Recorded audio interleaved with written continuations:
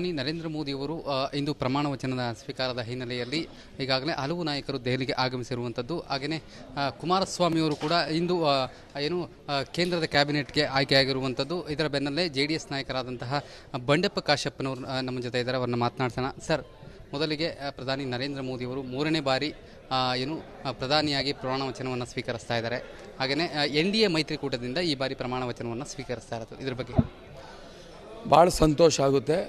ಯಾಕಂದರೆ ಒಂದನೇದು, ಸನ್ಮಾನ್ಯ ನರೇಂದ್ರ ಮೋದಿಜಿಯವರು 3ನೇ ಬಾರಿ ಪ್ರಧಾನಮಂತ್ರಿ ಆಗೋದು. ಯಾಕಂದರೆ ಅವರು ಒಂದು ರಾಜ್ಯ ಸರ್ಕಾರದಿಂದ ಕೇಂದ್ರ ಸರ್ಕಾರವರೆಗೆ ಸುಮಾರು ಎಕ್ಸ್ಪೀರಿಯನ್ಸ್ ತಗೊಂಡು ಇವತ್ತು ದೇಶ ಮತ್ತೆ ಒಂದು ದೊಡ್ಡ ಸ್ಥಾನಕ್ಕೆ ಇಡೀ ವಿಶ್ವದಲ್ಲೇ ಒಯ್ಯಬೇಕು ಎಂಬ ನಿಟ್ಟಿನಲ್ಲಿ ಏನು ಹೊರಟಿದ್ದಾರ, ಅಂಥ ಒಂದು ನಾಯಕತ್ವದಲ್ಲಿ ಇವತ್ತು ನಮ್ಮ JDS BJP ಹೊಂದಾಣಿಕೆಯಿಂದ ನಮಗೇನು ರಾಜ್ಯದಲ್ಲಿ ಶಕ್ತಿ ಸಿಕ್ಕಿದೆ, ಇವತ್ತು ಕೇಂದ್ರದಲ್ಲಿ ಇವತ್ತು ನಮ್ಮ ಕುಮಾರಣ್ಣವರು ಇವತ್ತು ಕ್ಯಾಬಿನೆಟ್ ಮಂತ್ರಿಯಾಗಿ ಇವತ್ತು ಪ್ರಮಾಣ ವಚನ ಸ್ವೀಕರಿಸ್ತಾ ಇದ್ದಾರೆ.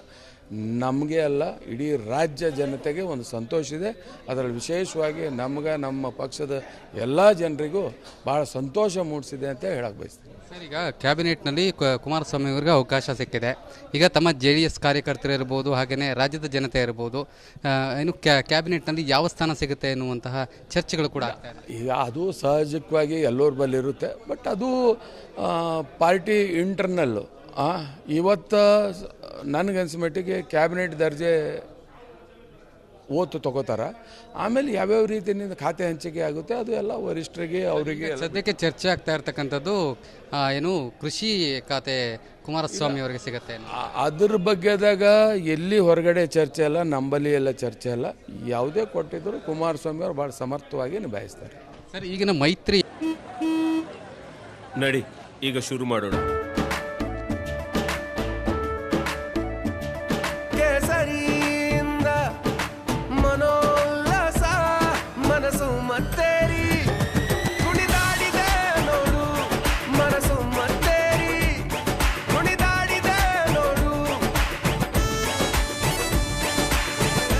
ಕ್ಷಣ ಕ್ಷಣವೂ ಆಚರಿಸಿ ಕೇಸರಿ ಹಬ್ಬ. ವಿಮಲ್ ಬಾಯಲ್ಲಿ ಹೇಳಿ ಕೇಸರಿ. ಏನಿದೆ BJP ಹಾಗೂ JDS ಮೈತ್ರಿ ಮುಂದಿನ ಅಂದರೆ ವಿಧಾನಸಭಾ ಚುನಾವಣೆಗಳಿರ್ಬೋದು, ಮುಂದಿನ ನಡೆಗಳಿರ್ಬೋದು, ಇದೆಲ್ಲದಕ್ಕೂ ಕೂಡ ಹೊಂದಾಣಿಕೆಯಿಂದ ಇರುತ್ತಾ? 100% ಈ ಮೈತ್ರಿ ಭಾಳ ಸ್ಟ್ರಾಂಗ್ ಆಗಿ ಇವತ್ತು ಏನು ಒಂದು ಪಾರ್ಲಿಮೆಂಟಲ್ಲಿ ಕೆಲಸ ಮಾಡಿದೆ. ಮತ್ತು ಇದು ನಾವು ಹಿಂದೆ ಹಲವಾರು ಸಲ ಹೇಳಿದ್ದೀವಿ, ಇದು ಒಂಥರ ನ್ಯಾಚುರಲ್ ಅಲಯನ್ಸ್ ಇದ್ದಂಗಿದೆ. ಇಷ್ಟೇ ಅಲ್ಲ, ಮುಂದೆ ಈಗ ಕಾಂಗ್ರೆಸ್ದವರು ಎಷ್ಟು ಜಂಬ ಕಚ್ಕೋತಾರೆ ಹೇಳ್ರಿ.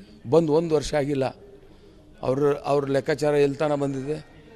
ಅವ್ರ ಸ್ಕೀಮು, ಅವ್ರ ಗ್ಯಾರಂಟಿ ಬಗ್ಗೆದಾಗ ಅಷ್ಟೊಂದು ಇದು ಇದ್ದರೆ ಜನ ಯಾಕೆ ಕೈ ಬಿಟ್ಟರು ಅವರಿಗೆ? ಈ ಭ್ರಷ್ಟಾಚಾರ, ಟ್ರಾನ್ಸ್ಫರು, ಆಮೇಲೆ ನೋಡಿ ಎಷ್ಟು ಹಗರಣಗಳು ಅವು. ಇವೆಲ್ಲಕ್ಕೆ ಉತ್ತರನೇ ನಮ್ಮ ಮೈತ್ರಿ ಇದೆ ಮುಂದೆ. ಇವೆರಡೂ ಮೈತ್ರಿ ಸಕ್ಸಸ್ಫುಲ್ಲಾಗಿ ಮುಂದಿನ ಸರ್ಕಾರ ಬಂದು ರಾಜ್ಯದ ಜನತೆಗೆ ಸೇವೆ ಸಲ್ಲಿಸ್ಲಿಕ್ಕೆ ತಯಾರಾಗಸ್ತಾನೆ ಒಳ್ಳೆ ರೀತಿಯಿಂದ ಹೋಗ್ತೀವಿ ನಾವು. ಧನ್ಯವಾದಗಳು ಸರ್. ಇದಿಷ್ಟು ಬಂಡೆಪ್ಪ ಕಾಶಪ್ಪನವರ ಮಾತಾಗಿರುವಂಥದ್ದು. ಕ್ಯಾಮ್ರಾ ಪರ್ಸನ್ ಮನೀಶ್ ಜೊತೆ ನಟೇಶ್ ರಾಜಣ್ಣ, ರಿಪಬ್ಲಿಕ್ ಕನ್ನಡ.